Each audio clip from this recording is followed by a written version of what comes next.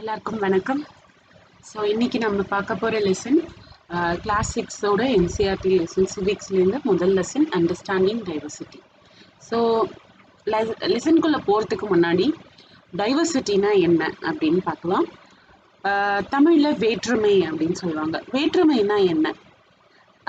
இப்போ நம்ம வீட்லேயே நம்ம அம்மாவாக இருக்கட்டும், அப்பாவாக இருக்கட்டும், இல்லை நம்மளோட சிப்ளிங்ஸ், அண்ணன், தம்பி, அக்கா எல்லாரும் ஒரே மாதிரி இருக்கிறது இல்லை. நமக்குள்ளேயே நிறைய வேற்றுமைகள் இருக்குது, நிறைய டிஃப்ரென்சஸ் இருக்குது. உங்களுக்கு ஸ்வீட் பிடிக்கலாம், உங்கள் தம்பிக்கு வந்து காரமாக ஸ்பைஸியாக சாப்பிட பிடிக்கலாம், உங்கள் அம்மாவுக்கு வந்து ஆயிலி ஃபுட் பிடிக்காம போகலாம். இந்த மாதிரி ஃபுட்டாக இருக்கட்டும், இல்லை ட்ரெஸ்ஸிங் சென்ஸில் பார்த்தா உங்களுக்கு ரொம்ப ட்ரெடிஷ்னல் ட்ரெஸ் பிடிக்கலாம், அவங்களுக்கு வந்து மாடர்ன் ட்ரெஸ் பிடிக்கலாம். ஸோ இந்த மாதிரி ஒரு சாப்பாட்லேயும் சரி, நீங்கள் போட்டுக்கிற ட்ரெஸ்லேயும் சரி, நீங்கள் பார்க்குற ஒரு டிவி ஷோ, ஒரு கார்ட்டூனாக இருக்கட்டும், எல்லாத்துலேயுமே உங்களுக்கும் உங்கள் வீட்டில் உள்ள உங்களுடைய கூட பிறந்தவங்களுக்குமே நிறைய வித்தியாசங்களும் வேற்றுமைகளும் இருக்கும். ஒரு வீட்டுக்குள்ள இருக்கிற ஒரு 2 பேருக்குள்ளேயே இத்தனை வேற்றுமைகள் இருக்கும்போது, ஒரு நாட்டுக்குள்ள, ஒரு கண்ட்ரிக்குள்ள நிறைய மக்கள் வாழற நம்ம நாட்டுக்குள்ள என்னென்ன வேற்றுமைகள் இருக்கு? ஸோ ஒரு வீட்டுக்குள்ளேயே இத்தனை வேற்றுமைகள் இருக்கும்போது, இத்தனை வித்தியாசங்கள் இருக்கும்போது, பல பேர் வாழற, லட்சக்கணக்கான மக்கள் வாழற இந்த நாட்டுக்குள்ள எவ்வளவு வித்தியாசங்கள் இருக்கும், எத்தனை வேற்றுமைகள் இருக்கும். அவ்வளவு வேற்றுமைகள் இருக்கும்போது கூட நம்ம எந்த அளவுக்கு ஒத்துமையா வாழ்ந்து ஒரு இந்தியனா நம்ம வந்து நம்ம நாட்டோட கௌரவத்தை காப்பாத்துறோம், நம்ம மக்களோட கௌரவத்தை காப்பாத்துறோம் அப்படிங்கிறத பத்தி புரிஞ்சுக்க போகிறது தான் இந்த லெசன். ஸோ என்ன விதமான டிஃப்ரென்சஸ் இருக்குது நமக்குள்ள, அதை நம்ம எப்படி வந்து அந்த டிஃப்ரென்சஸை தாண்டி நம்ம எப்படி ஒத்துமையாக வாழறோம் அப்படிங்கிறது தான் நம்ம இந்த லெசனில் பார்க்க போகிறோம். ஸோ இங்கே ஃபர்ஸ்ட் பேராகிராஃப் பார்த்தீங்கன்னா அதான் கொடுத்துருப்பாங்க. You see anyone who looks exactly like you. உங்களை மாதிரியே இருக்கிற யாரையாவது பார்த்துருக்கீங்களா? ஸோ அப்படி அப்படி உங்களை மாதிரியே லுக் லைக் இருந்தால் கூட அவங்க கிட்ட என்ன மாதிரியான வித்தியாசங்கள் இருக்கும்? ஸோ ஒரு கிளாஸ் ரூம், நீங்கள் ஸ்கூல் போகிறீங்க, கிளாஸ் ரூமில் இருக்கீங்க, உங்களுக்கு எவ்வளவோ ஃப்ரெண்ட்ஸ் உங்கள் கிளாஸில் இருப்பாங்க. அந்த ஃப்ரெண்ட்ஸ் யாருமே பார்த்தீங்கன்னா உங்களை மாதிரியே இருக்க மாட்டாங்க. அது லுக் வைஸ், அதாவது உங்கள் ஹைட்டு, வெயிட்டு அதுபடி பார்த்தாலும் சரி, கேரக்டர் வைஸ் பார்த்தாலும் சரி. இப்போ நீங்கள் ரொம்ப அமைதியானவங்களா இருப்பீங்க, அவங்க கொஞ்சம் கோவப்படுறவங்களா இருப்பாங்க. நீங்கள் ஹைட்டாக இருப்பீங்க, அவங்க ஷார்ட்டாக இருப்பாங்க. இப்படி எப்படி பார்த்தாலும் உங்களை விட உங்கள் ஃப்ரெண்ட்ஸ் வந்து வித்தியாசமானவங்களா தான் இருப்பாங்க. அவங்க வேற ரிலீஜியன், அதாவது வேற மதத்தை சேர்ந்தவங்களா இருக்கலாம், வேற மொழியை சேர்ந்தவங்களா இருக்கலாம்.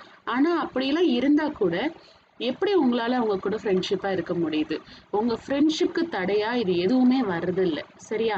அது எப்படி அப்படிங்கிறது தான், நம்ம எப்படி அப்படி தடை இல்லாமல் ஒரு ஃப்ரெண்டாக நம்மளால இருக்க முடியுது, இந்த மாதிரி என்ன வித்தியாசங்கள் நமக்கும் இன்னொருத்தருக்கும் நடுவில் இருக்குது, அதை தாண்டி ஒரு இந்தியனாக நம்ம எப்படி நம்மளை ஜெயிச்சு காமிச்சோம் அப்படிங்கிறது தான் இந்த லெசன். ஸோ இந்தியா வந்து இந்தியாவை பொறுத்த வரைக்கும் ரொம்ப ஒரு இன்ட்ரெஸ்டிங்கான கண்ட்ரி அப்படின்னு தான் எல்லாருமே சொல்லுவாங்க. அதுக்கு என்ன காரணம்? இந்தியாவோட வளங்களா, பார்க்கறதுக்கு எப்படி அழகா இருக்கு அப்படி அதை வச்சு சொல்றாங்களா, இல்லை இந்தியா மக்களை வச்சு சொல்றாங்களா, எதை வச்சு சொல்றாங்க? இந்தியா ஒரு அழகான நாடு, ரொம்ப ஸ்பெஷலான நாடு. நிறைய ஃபாரினர்ஸ் கிட்ட கேட்டிங்கன்னா இந்தியாவை பற்றி எப்பொழுதுமே ஒரு நல்ல கருத்துக்களை தான் சொல்லியிருக்காங்க, நல்லதாக சொல்லியிருப்பாங்க. எப்படி அது என்ன வந்து இந்தியாவை கிட்ட என்ன பிடிச்சிது அவங்களுக்கு அப்படின்னு நீங்கள் யோசிச்சு பார்த்தீங்கன்னா, இது எல்லாத்துக்குமே பேஸ் என்னன்னு பார்த்தீங்கன்னா இந்திய மக்கள். இந்தியாவில் இருக்கிற மக்கள் அவங்க வந்து எப்படி இத்தனை கல்ச்சுரல் டிஃப்ரென்சஸ் இருந்து இவ்வளோ வித்தியாசங்கள் இருந்தால் கூட அவங்க எப்படி ஒருத்தரோட ஒருத்தர் ஒத்துமையாக ஒரு ஃப்ரெண்ட்ஷிப்பாக பழகுறாங்க அப்படிங்கிற அந்த ஒரு விஷயம், அவங்களோட அஃபெக்ஷன், அவங்களோட லவ், இதுதான் வந்து பல வெளிநாட்டு மக்களையும் இந்தியா மக்கள் கிட்ட திரும்பி பார்க்க வச்சுது. இந்தியாவையே திரும்பி பார்க்க வச்ச விஷயம் என்ன அப்படின்னா, அது நமக்குள்ளே இருக்கிற வித்தியாசங்களும் அதை மீறி நாம ஒருத்தர் மேலே காட்டுற அன்பும் அக்கறையும் மட்டும்தான். ஸோ அதுவும் தான் நம்ம இந்த படத்துல பார்க்க போறோம். ஸோ இங்க பார்த்தீங்கன்னா ஒரு 3 படம் கொடுத்துருக்காங்க, 3 பிக்சர்ஸ் கொடுத்துருக்காங்க. இந்த 3 பிக்சருமே ஒரே ஏஜ் உள்ள, அதாவது உங்களுடைய ஏஜ், நீங்க என்ன ஒரு 10 இயர்ஸ் ஒரு 11 இயர்ஸ் இருப்பீங்க இந்த டைம்ல, 6th. ஸோ இதே வயசுள்ள ஒரு 3 பசங்களை வரைஞ்சது தான். ஸோ இதுல என்ன கொடுத்துருக்காங்க, என்ன சொல்ல வராங்கன்னா, பக்கத்துல இருக்கிற அந்த எம்டி பாக்ஸ்ல உங்களை வரைய சொல்றாங்க. நீங்க வரையும் போது நீங்க வரைஞ்ச அந்த டிராயிங்கும் அந்த 3 டிராயிங்கும் ஒரே மாதிரி இருக்கா, இல்ல அதுல ஏதாவது டிஃபரன்ஸ் இருக்கா அப்படின்னு நீங்க பார்க்கணும். ஆப்வியஸ்லி நம்ம அன்லெஸ் அன்டில் அதை பார்த்து வரைஞ்சாலே தவிர நாமளா வரைகிற ஒரு டிராயிங் இது 3 தாண்டி வித்தியாசமாக தான் இருக்கும். ஸோ ஒரு சின்ன டிராயிங்லேயே நமக்கும் இன்னொருத்தருக்கும் இவ்வளோ வித்தியாசங்கள் இருக்குது அப்படின்னா, அப்போ மற்ற எவ்வளோ விஷயங்கள், எவ்வளோ வித்தியாசமான விஷயங்கள் நமக்குள்ளே இருக்குது அப்படின்னு ப்ரூஃப் பண்ணுறதுக்காக இது ஒரு சின்ன டெஸ்ட் மாதிரி உங்களுக்கு வரைய சொல்லி கொடுத்துருக்காங்க. இப்போ இதெல்லாம் வந்து ஒரு ஜென்ரல் ஆக்டிவிட்டி மாதிரி கொடுத்துருக்காங்க. நம்ம இதெல்லாம் ஸ்கிப் பண்ணிட்டு மெயினாக ஃப்ரெண்ட்ஸ், மெயினாக என்ன ஸ்டோரி அப்படின்னு சொல்லிட்டு பார்க்கலாம். இந்த இந்த ஸ்டோரியில் என்ன இங்கே ஒரு ஸ்டோரி கொடுத்துருக்காங்க பார்த்தீங்கன்னா தெரியும், மேக்கிங் ஃப்ரெண்ட்ஸ் அப்படின்னு. இது வந்து ஒரு 2 பேருக்கு நடுவில் உருவாகிற ஒரு ஃப்ரெண்ட்ஷிப். அந்த 2 பேருமே ரொம்ப வித்தியாசமானவங்க. அதாவது ஒருத்தரோட ஒருத்தர் பார்த்தீங்கன்னா மொழியாலையும் சரி, அவங்க செய்கிற வேலையாலையும் சரி, அவங்க உடுத்திருக்கிற ட்ரெஸ்ஸாக இருக்கட்டும், எந்த ஒரு விதத்துலையும் பார்த்தீங்கன்னா ஒரே மாதிரியான ஆட்கள் கிடையாது. ஆனால் அவங்களுக்கு நடுவில் உருவாகிற ஒரு அழகான ஃப்ரெண்ட்ஷிப் என்ன அப்படின்னு தான் இங்கே சொல்லியிருக்காங்க. ஸோ இங்கே பார்த்தீங்கன்னா இது வந்து ஒரு 2 பேருக்கு நடுவில் நடக்குது. இவங்க 2 பேரும் பார்த்தீங்கன்னா சமீர். 2 பேருமே சமீர் தான். அது வந்து அவங்க பாதி பேசிக்கிட்டு இருக்கும்போது தான் அவங்களுக்கே தெரிய வரும். முதல்ல அவங்க 2 பேருக்கும் தெரியாது சமீர் தான் அவங்க 2 பேருமே அப்படின்னு. நடுவில் பேச்சு வரும்போது உன் பேர் என்ன அப்படின்னு கேட்கும்போது 2 பேருக்கும் சமீர்ன்ற பேர் வரும்போது தான் சமீர் ஏக் சமீர் தோ அப்படின்னு சொல்லி, அதாவது சமீர் 1 சமீர் 2 அப்படின்னு வச்சு இந்த பாடத்தை கொண்டு போயிருக்காங்க. ஸோ இதில் ஃபஸ்ட்டு இந்த சைக்கிளில் வர்றவன் தான் சமீர் 1. இந்த கையில் நியூஸ் பேப்பரை வச்சுக்கிட்டு அதை வித்துட்டு இருக்கிற அந்த பையன் வந்து சமீர் 2. ஸோ இதை வந்து இந்த சமீர் 1 சொல்கிற மாதிரி, கதை சொல்கிற மாதிரி கொடுத்துருக்காங்க. சமீர் 1 என்ன சொல்கிறேன்னா, நான் டெய்லி இந்த வழியாக சைக்கிளில் வருவேன். அப்படி வரும்போது இந்த சின்ன பையன் கையில் வந்து ஹிந்தி நியூஸ் பேப்பரும் இங்கிலீஷ் நியூஸ் பேப்பரும் வச்சு விற்றுக்கிட்டே இருப்பான். நான் பல நாள் அவனை கடந்து போயிருக்கேன், நான் நின்று வாங்கினதில்லை. ஆனால் ஒரு நாள் வந்துட்டு எனக்கு வாங்கணும்னு தோணுச்சு. ஸோ நான் நின்று வந்து இறங்கி கேட்டேன் அவன்கிட்ட, உன்கிட்ட ஹிந்தி பேப்பர் இருக்கா அப்படின்னு ஹிந்தியில் கேட்டோன்னே அவனுக்கு ரொம்ப ஆச்சரியமாயிடுச்சு. அவன் உடனே என்னை பார்த்து உங்களுக்கு ஹிந்தி தெரியுமான்னு கேட்டான். ஆமாக்கா எனக்கு தெரியுமே அப்படின்னு சொல்லிக்கிட்டே நான் அந்த பணத்தை கொடுத்து இந்த பேப்பரை வாங்கினேன். நீ ஏன் இப்படி கேட்குற அப்படின்னு சொல்லிட்டு நான் கேட்டபோது அவன் சொன்னான், யூ லுக் சோ அங்கிரீஸ். நீ ஏதோ ஒரு வெளிநாட்டுக்கார மாதிரி இருக்கு. ஸோ அங்கிரீஸ்னா ஒரு பிரிட்டிஷ் மேன், ஒரு இங்கிலீஷ் மேன் மாதிரி பார்க்கறதுக்கு இருக்க. ஸோ உனக்கு இங்கிலீஷ் தெரியும்னு நினைச்சேனே தவிர ஹிந்தி தெரியும்னு நான் நினச்சி கூட பார்க்கல அப்படின்னு சொல்லிட்டு, ஸோ உனக்கு படிக்கவும் தெரியுமா ஹிந்தி அப்படின்னு கேட்டோன்னா, அவன் எனக்கு படிக்க தெரியும், அதனால தானே நான் பேப்பர் வாங்குறேன் அப்படின்னு. எனக்கு கொஞ்சம் பொறுமை போயிடுச்சு. ஆனால் நான் சொன்னேன் பொறுமையாக தான், என்னால் பேச முடியும், ஹிந்தியில் எழுத முடியும், படிக்க முடியும். எனக்கு வந்து ஹிந்தி வந்து நான் என்னோட ஸ்கூலில் படித்த ஒரு சப்ஜெக்ட் அது அப்படின்னு நான் சொன்னேன். உடனே அவனுக்கு அந்த வார்த்தையோட அர்த்தமே புரியல. சப்ஜெக்டா அப்படின்னா என்ன அப்படின்னு கேட்டான். எனக்கு ரொம்ப கஷ்டமாயிடுச்சு. சப்ஜெக்ட்னா என்னன்னே தெரியலைன்னா, ஒரு ஸ்கூலே போகாத ஒரு பையனுக்கு சப்ஜெக்ட்னா என்னன்னு சொல்லி நான் புரிய வைப்பேன். அவன் ஸ்கூலுக்கே போனதில்லை. சரி ஓகே, அவனுக்கு எப்படியாவது புரிய வைக்கலான்னு நினச்சி நான் ஆரம்பித்த போது லைட்டு சிக்னலில் தான் நான் நின்றுட்டு இருந்தேன். ஸோ சிக்னல் லைட்டு வந்து மாற ஆரம்பிச்சது. எனக்கு பின்னாடி நிறைய ஹாங்கிங் சவுண்ட்ஸ் கேட்க ஆரம்பிச்சது. ஹாரன் அடித்தாங்க. நிறைய பேர் வந்துட்டு என்னை புஷ் பண்ண ஆரம்பித்தாங்க நகர சொல்லி. அதனால நான் வந்து டிராஃபிக்கோட கலந்து நான் அந்த இடத்த விட்டு போயிட்டேன் அப்படின்னு சொன்னான். இதுக்கு மறுநாள் மறுபடியும் அதே பக்கம் வரும்போது நெக்ஸ்ட் டே அவனை பார்க்குறான். திருப்பி இப்போ நின்று இவன் கேட்குறான், நேற்றுக்கு நீங்கள் எனக்கு சப்ஜெக்ட், அதாவது சமீர் 2 கேட்குறான், நேற்றுக்கு சப்ஜெக்ட்னு ஒன்று சொன்னீங்களே அப்படின்னா என்ன அப்படின்னு சொன்னோன்னே நான் வந்து அதுக்கு எக்ஸ்பிளைன் பண்ணேன். அது ஒன்றும் கிடையாது, சப்ஜெக்ட்னா அது ஒரு படிக்கிற விஷயம், எதையாவது ஒன்றத்தை பற்றி நம்ம படிப்போம் இல்லையா, அதுதான் சப்ஜெக்ட் அப்படின்னு சொல்லிட்டு திருப்பி வந்துட்டு ரெட் லைட் இருந்ததுனால நான் அவன்கிட்ட கண்டினியூ பண்ணேன். நீ வந்து எப்பயாவது ஸ்கூல் போயிருக்கியான்னு கேட்டதுக்கு அவன் போனதே இல்லை அப்படின்னு சொல்லிட்டு அவன் என்ன சொன்னான், நான் சின்ன வயசுலேருந்தே வேலை செய்ய ஆரம்பிச்சிட்டேன் அப்படின்னு சொன்னான். முதல்ல எங்கள் அம்மா என் கூட வருவாங்க வேலை செய்யறதுக்கு இந்த மாதிரி பேப்பர் விற்கும்போது. இப்போ நான் கொஞ்சம் பெரிய பையனானதுனால நானாகவே இதை வந்து செய்கிறேன், தனியாகவே செய்கிறேன். உங்கள் அம்மா எங்க அப்படின்னு நான் கேட்டபோது அவன் பதில் சொல்கிறதுக்குள்ளேயே லைட்ஸ் க்ரீன் லைட் ஆக ஆரம்பிச்சது. திருப்பி எகெயின் பின்னாடியிலேருந்து எல்லாரும் கத்த ஆரம்பித்தாங்க. நான் சரின்னு கிளம்பிட்டேன். அப்படின்னு கிளம்பி தூரம் போகும்போது அவன் குரல் மட்டும் என் காதில் கேட்டுக்கிட்டே இருந்தது.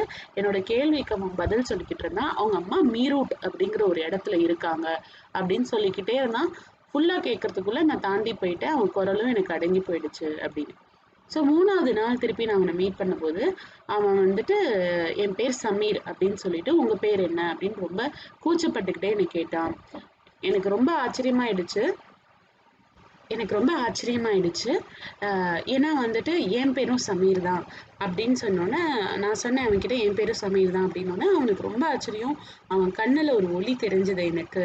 நான் வந்து ஆமா என் பேர் சமீர் தான் அப்படின்னு சொல்லிட்டு, நான் என்ன சொன்னேன், இது வந்து சமீர்ங்கிறது வந்து இன்னொரு ஒரு பேரு. அனுமானோட அப்பாவோட இன்னொரு ஒரு பேர் இது. உனக்கு தெரியுமா? அப்படின்னு சொல்லிட்டு, ஸோ அவன் என்ன சொன்னான், "நீ வந்து சமீர் ஏக்கு, நான் சமீர் தோ" அப்படின்னு. அதாவது நீ நம்பர் 1 சமீர் நம்பர் 1, நான் சமீர் நம்பர் 2 அப்படின்னு அவன் சொன்னான்.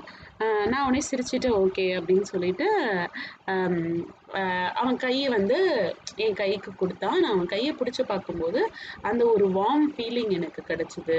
அதுக்கப்புறம் நான் கிளம்பிட்டேன். 4வது நாள் நான் அவன சந்திச்சபோது, அவன்கிட்ட அவன் எப்பொழுதும் இருக்கிற ஒரு ஸ்மைல், அவன் ஃபேஸ்ல இருக்கிற அந்த ஒரு ஸ்மைல் இல்ல. அப்ப என்னன்னு கேட்டபோது அவன் சொன்னான், மீரூட்ல அதாவது அவங்க அம்மா இருக்கிற அந்த இடத்துல ஏதோ சம் ப்ராப்ளம். அங்க வந்து நெறைய டெரரிஸ்ட் ரயாட்ஸ் நடக்குது. கலவரங்கள் நடக்குது. நெறைய பேர் கொல்லப்பட்டுருக்காங்க அப்படின்னு. நானும் அந்த பேப்பர்ல படிச்சிருந்தேன். ஸோ நான் சமீருக்கு பார்க்கும்போது, அம் அவன் சொன்னான், "நான் ஒரு முஸ்லீம். என்னோட மக்கள் எல்லாருமே மீரூட்ல தான் இருக்காங்க" அப்படின்னு சொன்னான். அவன் சொல்லும்போதே அவன் கண்ணுலேருந்து தண்ணி வர ஆரம்பிச்சது. நான் அவன் தோள தொட்டு அவனுக்கு சமாதானம் பண்ண ட்ரை பண்ணேன். அவனால என்ன நிமிர்ந்து கூட பார்க்க முடியல அப்படின்னு சொல்லிட்டு, நெய்தர் அதுக்கப்புறம் என்ன ஆச்சு, நான் சிக்னல் முடிச்சு கிளம்பிட்டேன். மறுநாள் வந்து நான் பார்க்குறேன், அவன் அங்க இல்ல. அதுக்கப்புறம் நான் வந்த எந்த ஒரு நாளுலயுமே என்னால அவன பார்க்க முடியல. அவன் என்ன ஆனான்? எங்க போனான்? இது எதுவுமே எனக்கு தெரியல. அ ஸோ அ இதுதான் இந்த 2 பேர பத்தின ஒரு கதை. 2 சமீருக்குள்ள நடக்கிற ஒரு கான்வர்சேஷன். ஸோ இது எதுக்கு இந்த லெசன்ல குடுத்துருக்காங்க? எதுக்கு இந்த 2 சமீர பத்தி குடுத்துருக்காங்க? அப்படின்னு நீங்க பார்த்தீங்கன்னா, ஃபர்ஸ்ட்டு 2 சமீர்க்குள்ளயுமே நெறைய வித்தியாசங்கள், நெறைய டிஃபரன்சஸ் இருக்கு. நெறைய டைவர்சிட்டீஸ் இருக்கு. ஆ ஒருத்தவன் ஸ்கூலுக்கு போயிருக்கான். ஒருத்தவன் ஸ்கூலுக்கு போனதே இல்ல. படிப்புன்னா என்னன்னே தெரியாது. அ ஒருத்தன் வந்துட்டு கொஞ்சம் என்ன சொல்றது? ரிச்சுன்னு சொல்ல முடியாது. பட் ஓரளவுக்கு அ பணம் இருக்கிறவனா இருந்தான். இன்னொருத்தவன் பணம் இல்லாம வேலை செஞ்சு, சின்ன வயசுல ஸ்கூல் போகாம தான் நியூஸ் பேப்பர் வித்து தான் தன்னால சம்பாதிக்க முடியுங்கிற நெலைமையில இருக்கான். அவன் அது மாதிரி இவங்க 2 பேருக்குள்ள நெறைய வித்தியாசங்கள் இருக்கு. இப்ப ஃபர்ஸ்ட்டு சமீர் 1 பார்த்தீங்கன்னா, அவனால நல்லா இங்கிலீஷ் பேச முடிஞ்சது.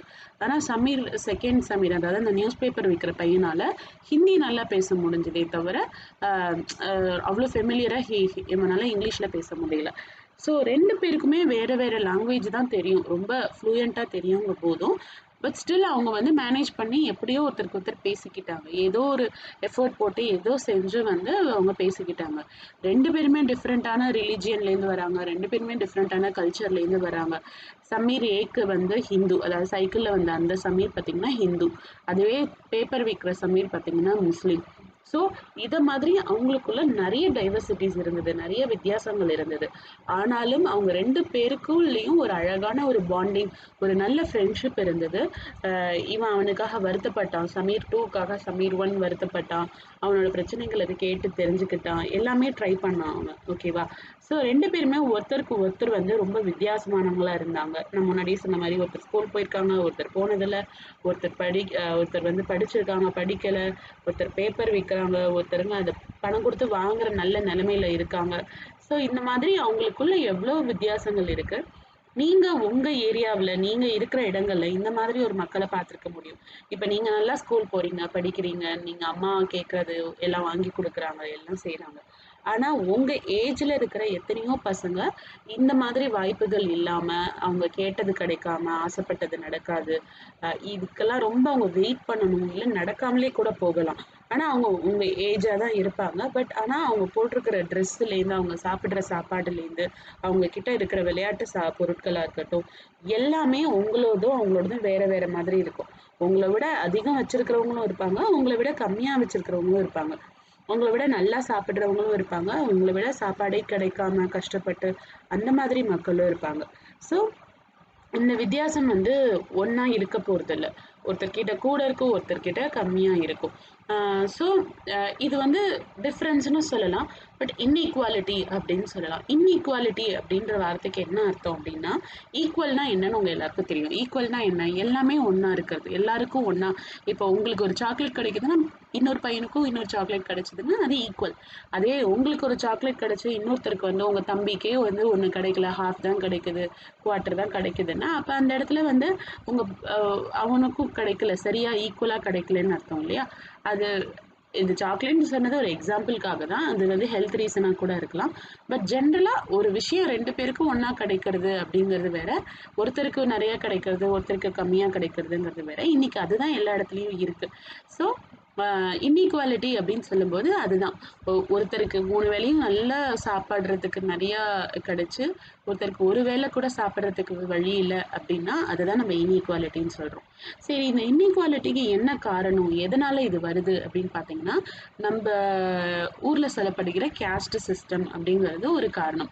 அ கேஸ்ட்டுன்னா அவங்க வந்து பெரிய கேஸ்ட் இவங்க அப்படிலாம் நம்ம பேசும்போது, இதனால அவங்களுக்கு வந்து அ கிடைக்க வேண்டிய நமக்கு ஈக்குவலான ரைட்ஸோ, ஈக்குவலான ரிசோர்ஸஸோ கிடைக்காம போயிடுது. எப்படி இந்த கேஸ்ட் சிஸ்டம் வந்தது அப்படின்னு சொல்லியிருக்காங்கனாக்க, based on the work they do. அதாவது இப்ப மரம் வேலை, அதாவது கார்பென்ட்ரி ஒர்க் செய்றவங்க அப்படின்னு அது ஒரு குரூப்பா பிரிச்சுட்டாங்க. அதுக்கப்புறம் வந்து நகை செய்றவங்க அப்படின்னு ஒரு குரூப்பா பிரிப்பாங்க. ஸோ இந்த மாதிரி அவங்க செய்ற வேலைகள வச்சே நெறைய பேர பிரிச்சிருக்காங்க. ஸோ இந்த மாதிரி கேஸ்ட் அப்படிங்கிறது வந்து அவங்க செய்கிற வேலையிலேருந்து வந்தது. பாட்டர்ஸ், அதாவது பானை செய்கிறவங்க, துணி நெய்கிறவங்க, இந்த மாதிரி வந்து ம், தெரிஞ் என்னென்ன வேலை செய்கிறாங்க அவங்களெல்லாம் ஒரு குரூப்பாக பிரித்து அவங்கள வந்து ஒரு கேஸ்ட் அது மாதிரி ஃபார்ம் பண்ணாங்க. ஓகேவா? இப்போதைக்கு நீங்கள் இதை பற்றி இவ்வளோ தெரிஞ்சுக்கிட்டா போதும். So what is diversity add to our life? நம்மளோட வாழ்க்கையில இந்த வித்தியாசங்கள் என்னென்ன கொண்டு வருது, என்னென்ன வித்தியாசங்களை நமக்கு கொண்டு வருது, அதை நம்ம எப்படி ஹேண்டில் பண்றோம், இது எல்லாமே நம்ம இப்ப பார்க்கலாம். Just like Sameer Ek and Sameer தோ, 2 பேரும் எப்படி ஃப்ரெண்ட்ஸ் ஆனாங்களோ அத மாதிரி உங்களுக்கும் நிறைய ஃப்ரெண்ட்ஸ் இருப்பாங்க. அவங்க உங்களை விட மிகவும் வித்தியாசமா இருப்பாங்க. நீங்களும் பார்த்தீங்கன்னா நிறைய விதமான சாப்பாடு உணவு வகைகள் சாப்பிட்ருப்பீங்க. உங்க வீட்ல ஒரு ஃபங்க்ஷன் போது ஒரு விதமான உணவு சாப்பிட்ருப்பீங்க. உங்க ஃப்ரெண்டு வீட்ல ஒரு ஃபங்க்ஷன்னா, அவங்க வீட்ல அது வேற மாதிரி ஒரு உணவு பண்ணியிருப்பாங்க. போய் சாப்பிட்டுருப்பீங்க. டிஃப்ரெண்ட் ஃபெஸ்டிவல்ஸ்ல டிஃப்ரெண்ட் கைண்ட் ஆஃப் ஃபுட்ஸ் பண்ணுவாங்க, சாப்பிட்டுருப்பீங்க. ஈவன் கிளாத்ஸ் பார்த்தீங்கன்னா, நீங்க போடுற ட்ரெஸ் வேற மாதிரி இருக்கும். அவங்க போடுற ட்ரெஸ் வேற மாதிரி இருக்கும். லாங்குவேஜ் இன்னைக்கு ஸ்கூல்லயே பார்த்துக்கிட்டிங்கன்னா, நிறைய லாங்குவேஜ் சொல்லித் தராங்க. தமிழா இருக்கட்டும், இங்கிலீஷ், ஹிந்தி, சான்ஸ்கிரிட், ஃப்ரெஞ்ச், இந்த மாதிரி எவ்வளவோ லாங்குவேஜஸும் நம்ம கத்துக்கிறோம். ஸோ இதெல்லாம் நம்ம வாழ்க்கையில உள்ள சில வித்தியாசங்கள், சில டைவர்சிட்டிஸ். இப்போ உங்களுக்கு வந்து ஆஹ், கதை கேட்கறதோ இல்லை படிக்கிறதோ இல்லை சில அட்வென்ச்சர்ஸ் அபவுட் அனிமல்ஸை பற்றின அட்வென்ச்சர் ஸ்டோரிஸோ, ஈவன் காஸ்ட், அதை பேயை பற்றி இது பற்றி எல்லாமே படிக்கிறதுக்கு பிடிச்சிருக்கலாம். ஓகேவா? இன்னும் சொல்ல போனால் ஈவன் உங்களுக்கே ஒரு கதை நீங்களாவே ஒரு கற்பனை பண்ணி உங்களோட ஓன் இமேஜினேஷனில் கதை எழுதுறது, அதெல்லாம் கூட உங்களுக்கு ஒரு ஹேபிட் இருக்கலாம். சொல்லப்போனால் நிறைய மக்கள் இன்னைக்கு நிறைய பேருக்கு பார்த்தீங்கன்னா, ஈவன் குழந்தைங்களாக இருக்கட்டும், பெரியவங்களா இருக்கட்டும், அவங்களாவே வந்து ஒரு கதையை எழுதும் போதோ, அவங்க ஒரு நல்ல கதையை படிக்கும் போதோ, அது அவங்களுக்கு ஒரு மிகப்பெரிய சந்தோஷத்தை கொடுக்கும். ப்ளஸ் அவங்களுக்கு ஒரு ஐடியா, ஒரு கதையை படிக்கும்போது ஓகே இப்படி பண்ணலாம், அப்படி பண்ணலாம் அப்படிங்கிற மாதிரி நிறைய ஐடியாஸ் கொடுக்குது. சொல்லப்போனா கதை எழுதுற நிறைய ரைட்டர்ஸ் கேட்டீங்க, நிறைய பேரை கேட்டீங்கன்னா, அவங்க படித்த நூல்கள்ல இருந்து இல்ல அவங்க பார்த்த ஒரு காட்சியை வச்சோ, அவங்க பழகின மக்கள் கிட்ட இருந்தோ, இப்படிதான் அவங்களுக்கு வந்து ஒரு கதை எழுதுறதுக்கு வந்து ஐடியா கிடைக்குது அப்படிங்கறது உண்மையான ரைட்டர்ஸை போய் பார்த்தீங்கன்னாலே சொல்லுவாங்க. எப்படி உங்களுக்கு இந்த கதை எழுதணும்னு தோணுச்சு அப்படின்னு நீங்க கேட்டீங்கன்னா, அவங்களுக்கு அந்த கதை வந்து அவங்கள பாதிச்ச ஏதோ ஒரு விஷயமா இருக்கும். அது ஒரு புக்கா இருக்கலாம், இல்ல அவங்க கூட பழகின ஒரு ஃப்ரெண்டா இருக்கலாம், இல்ல அவங்க ஏதோ ஒரு இடத்துல பார்த்த ஒரு காட்சியா கூட இருக்கலாம். சில பேர் என்ன எழுதுவாங்க, அவங்க இப்ப சப்போஸ் வந்து ஒரு காட்டுல தங்கி இருக்காங்க, ஒரு அனிமல் கூட க்ளோஸா வாழ்ந்திருக்காங்க அப்படின்னா, அந்த அனிமலை பத்தி எழுதணும்னு நினைப்பாங்க. அந்த அனிமல்ஸ்குள்ள உள்ள ரிலேஷன்ஷிப், அது ஃப்ரெண்ட்ஷிப்பா இருக்கட்டும், இல்ல அது எப்படி சர்வைவல்காக ஃபைட் பண்ணது, அந்த மாதிரி கூட இருக்கலாம். சில பேர் என்ன கதைகள் எழுதுவாங்க, கிங்ஸை பத்தி, குயினை பத்தி, அவங்களுக்குள்ள இருந்த அன்பு, அவங்க எப்படி ஒரு நாடு கூட சண்டை போட்டாங்க, இது மாதிரி எல்லாம் எழுதுவாங்க. சில பேர் அவங்களோட சொந்த சைல்ட்ஹுட் மெமரிஸ், அவங்க ஸ்கூல்ல அவங்களுக்கு கிடைச்ச ஃப்ரெண்ட்ஸா இருக்கட்டும், அவங்க போன இடங்கள், வந்த இடங்கள், இதெல்லாம் எழுதுவாங்க. ஸோ நீங்க இப்போ உங்களுக்கு ஒரு இமேஜினேஷன் சொல்லியிருக்காங்க. இப்போ வந்து எல்லா ஸ்டோரி டெல்லர், கதை சொல்றவங்களா இருக்கட்டும், இல்ல ரைட்டர்ஸ் எழுதுறவங்களா இருக்கட்டும், உங்களுக்கு தெரிஞ்ச ஸ்டோரி டெல்லர்ஸ் அண்ட் ரைட்டர்ஸ் வந்து எல்லாரையும் ஒரே இடத்துல அடைச்சு வைக்கிறாங்க. இருக்கிற உலகத்துல இருக்கிற அத்தனை ஸ்டோரி டெல்லரையும், ரைட்டரா இருக்கட்டும், அவங்கள எல்லாரையும் அடைச்சு ஒரே இடத்துல வச்சுட்டு அவங்களுக்கு போட்டுக்கிறதுக்கு 2 கலர் உள்ள ட்ரெஸ் தான் கொடுக்குறாங்க. 2 ட்ரெஸ் பார்த்தீங்கன்னா 2 கலர்ஸ்ல தான் வரும். ஒன்று ரெட், இன்னொன்று ஒயிட். அதுக்கப்புறம் அவங்களுக்கு கொடுக்குற ஃபுட்டும் பார்த்தீங்கன்னா சேம் ஃபுட், ஒரே ஒரு வெரைட்டி, மேபி பொட்டேட்டோஸ், ஒரு ஏதோ பொட்டேட்டோவால் பண்ண ஏதோ ஒரு டிஷ். அதுக்கப்புறம் அவங்க வந்து பார்த்துக்க வேண்டிய அனிமல்ஸ் 2 தான், ஒன்று டியர் அண்ட் கேட்.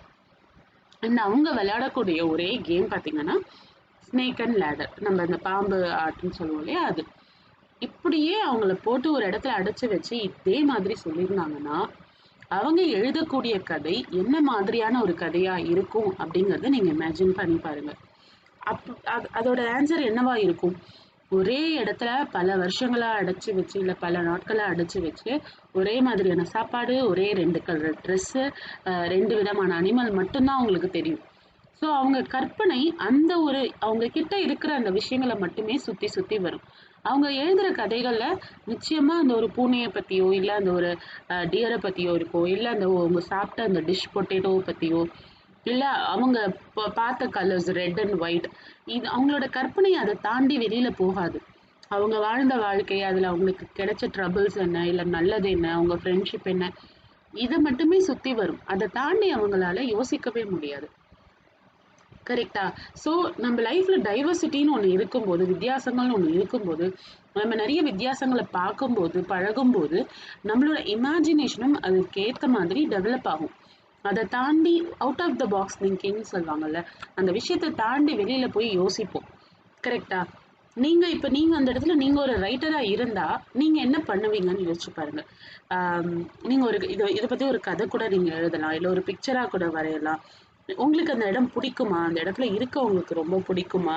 இல்ல நீங்க என்ன விஷயத்த ரொம்ப மிஸ் பண்ணுவீங்க? அந்த மாரி ஒரு இடத்துல உங்கள ஒரு அடைச்சு வச்சுட்டு, ஆ உங்கள இந்த மாரி இருக்க சொன்னா, நீங்க எந்த ஒரு விஷயத்த மிஸ் பண்ணுவீங்க? அப்படின்னு ஒரு டாப் 5 திங்ஸையும் எழுதலாம். இது வந்து ஒரு ஆக்டிவிட்டியா குடுத்துருக்காங்க. அதையும் எழுதி பாருங்க. ஸோ இந்தியாவ பொறுத்தவரைக்கும், இந்தியாங்கிறது it is a country of many diversities. So இது ஒரு கொஸ்டினா கூட வரலாம். India is a country of many dash. So இந்தியாங்கிறது it's a country of many diversities, அதாவது நிறைய வேற்றுமைகள் இருக்கிற ஒரு நாடு. இங்க நம்ம நிறைய லாங்குவேஜஸ் பேசுறோம். டிஃப்ரெண்ட் டிஃப்ரெண்ட் டைப்ஸ் ஆஃப் உணவுகளை சாப்பிடுறோம், ஃபுட்டு சாப்பிடுறோம். நிறைய ஃபெஸ்டிவல் செலிப்ரேட் பண்றோம். எக்ஸாம்பிள் எடுத்துக்கோங்க, தீபாவளி, பொங்கல். இதெல்லாம் இப்போ தீபாவளி, பொங்கல்லாம் ஹிந்து ஃபெஸ்டிவல்ஸாக வரும். முஸ்லீம் சகோதரர்கள் அவங்க கொண்டாடுற ஃபெஸ்டிவல்ஸ் பார்த்தீங்கன்னாக்கா, ரம்ஜானா இருக்கட்டும், பக்ரீத், அதுக்கப்புறம் கிறிஸ்டியன்ஸாக இருக்கட்டும், அவங்களுக்கு வந்து கிறிஸ்மஸ் வருது, குட் ஃப்ரைடே. இந்த மாதிரி ஒரு ஒரு ரிலீஜியனுக்கும் ஒரு ஒரு ஃபெஸ்டிவல் இருக்கு. ஆனா இந்தியாவை பொறுத்த வரைக்கும் எல்லா விதமான ஃபெஸ்டிவலையும் எல்லாருமே irrespective ஆஃப் எனி ரிலீஜியன், நீங்க எந்த மதத்தை சேர்ந்தவராக இருந்தாலும், நம்ம ஃப்ரெண்ட்ஸ் கூட நம்ம வந்து போய் ரம்ஜானையும் நம்ம ஃப்ரெண்டோட கொண்டாடிப்போம். நம்ம ஃப்ரெண்ட்ஸோட போயிட்டு கிறிஸ்மஸ் கொண்டாடி செலிப்ரேட் பண்ணியிருப்போம், நியூ இயர் செலிப்ரேட் பண்ணியிருப்போம், ஈவன் தீபாவளி, பொங்கல் செலிப்ரேட் பண்ணியிருப்போம். ஸோ நமக்குள்ள அந்த வேற்றுமையே கிடையாது. அவங்க கூட சேர்ந்து சாப்பிட்ருக்கோம், அவங்க வீட்டில் போய் சாப்பிடுவோம், அவங்க போட்டுக்கிற ட்ரெஸ் கல்ச்சர் என்னவோ அதை பார்த்து நம்ம ட்ரை பண்ணியிருப்போம், அவங்க ட்ரெஸ்ஸை வாங்கி போட்டிருப்போம். இந்த மாதிரி நிறைய விஷயங்கள், எவ்வளோ வேற்றுமைகள் இருந்தாலும் அதை மதிக்காம நம்ம வந்து அவங்கள மாதிரியே நம்மளும் இருக்க ட்ரை பண்ணியிருக்கோம். ஸோ இதை தான் வேற்றுமையில் ஒற்றுமைன்னு சொல்லுவாங்க. நம்மள வந்து நம்ம ஃப்ரெண்ட்ஸ் கிட்ட இருந்து இந்த எந்த வேற்றுமையும் நம்மள பிரிக்காது. நம்மளை பொறுத்த வரைக்கும் இது ஒரு விஷயமே கிடையாது அப்படின்னு நம்ம நினைக்கிறோம் இல்லையா? இதுதான் நம்மளுடைய பலம். ஸோ டைவர்சிட்டினா என்ன, அதை எப்படி எக்ஸ்பிளைன் பண்ணலாம் அப்படின்னு பார்த்தீங்கன்னா, ஒரு 200 இயர்ஸ்க்கு முன்னாடி, இப்ப இருக்கிற இதுலேருந்து ஒரு 200 வருடங்களுக்கு முன்னாடி, இன்னும் சரியா சொல்லணும்னா அந்த ட்ரெயின், ஏரோப்ளேன், பஸ்ஸு, கார், இந்த மாதிரி எல்லா மோட் ஆஃப் டிரான்ஸ்போர்ட் இருக்கு இல்லையா? இது எல்லாம் கண்டுபிடிக்கிற காலங்களுக்கு முன்னாடி பீப்புள் எப்படி டிராவல் பண்ணியிருப்பாங்க, ஒரு இடத்துல இருந்து இன்னொரு இடத்துக்கு எப்படி போனாங்க அப்படின்னு பார்த்தீங்கன்னா, ship, horses, camel or on foot. கப்பலில் போவாங்க, ஹார்ஸ் குதிரைகளில் போவாங்க, ஈவன் ஒட்டகத்தில் கூட போயிருக்காங்க பாலைவனங்கள் ஏரியாலலாம். ஆர் ஆன் ஃபுட், நடைப்பயணமாக நடந்தே போவாங்க. இதுதான் வந்து மக்கள் எப்படி ட்ராவல் பண்ணாங்க கார்லாம் கண்டுபிடிக்கிறதுக்கு, பஸ்லாம், ட்ரெயின்லாம் கண்டுபிடிக்கிறதுக்கு முன்னாடி அப்படின்னு சொல்லியிருக்காங்க. ஸோ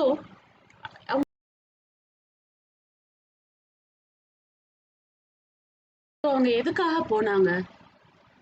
மேக்சிமம் பார்த்தீங்கன்னா ஒரு புது இடத்த கண்டுபிடிச்சு அந்த இடத்துல போய் ஒன்று செட்டில் ஆவாங்க. அங்கேயே போய் தங்கி அங்கேயே ஒரு வீடு அவங்களோட ஃபேமிலியோட செட்டில் ஆவாங்க. இல்லை அப்படின்னாக்கா அங்கே போய் வியாபாரம், ட்ரேடிங்னா வியாபாரம். தன்கிட்ட இருக்கிற ஏதாவது ஒரு பொருளை கொடுத்து அவங்க கிட்ட இருக்கிற தனக்கு தேவையான ஒரு பொருளை வாங்கி பண்டமாற்று முறைன்னு சொல்லுவாங்க அந்த காலத்துலலாம்.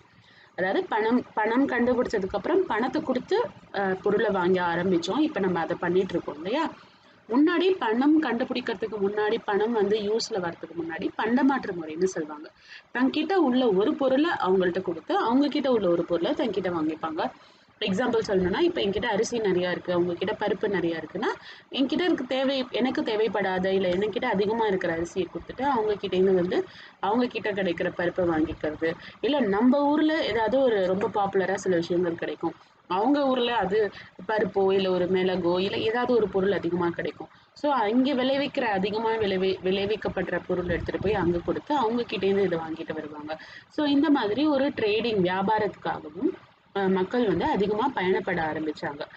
ஆனா வந்து பஸ்ஸோ காரோ இல்லாததுனால ஒரு மோட்டர் வண்டி இல்லாததுனால நடந்து போறதா இருக்கட்டும், இல்ல ஒரு ஹார்ஸோ கேமலோ போறதா இருக்கட்டும், அவங்களுக்கு வந்து ரொம்ப நாள் ஆச்சு போய் சேர்றதுக்கு. ஒரு இடத்துல இருந்து இன்னொரு இடம் ஒரு இமேஜின் பண்ணுங்களேன். இப்ப இங்க சென்னையில இருந்து பாம்பே போகணும், மும்பை போகணும்னா ட்ரெயினோ இல்ல ஒரு ஏரோப்ளேனோ இல்லாம நீங்க ஒரு கால்நடையா, அதாவது நடந்தா இல்ல ஒரு அனிமல் ஹார்ஸ் கூடயோ டிராவல் பண்ணீங்கன்னா எவ்வளவு நாள் உங்களுக்கு அங்க போய் சேர்றதுக்கு ரீச் ஆகுறதுக்கு எடுக்கும் அப்படின்னு யோசிச்சு பாருங்க. ஆனா இப்படிதான் பயணப்பட்டிருக்காங்க அந்த காலத்துல இதெல்லாம் கண்டுபிடிக்கிறதுக்கு முன்னாடி.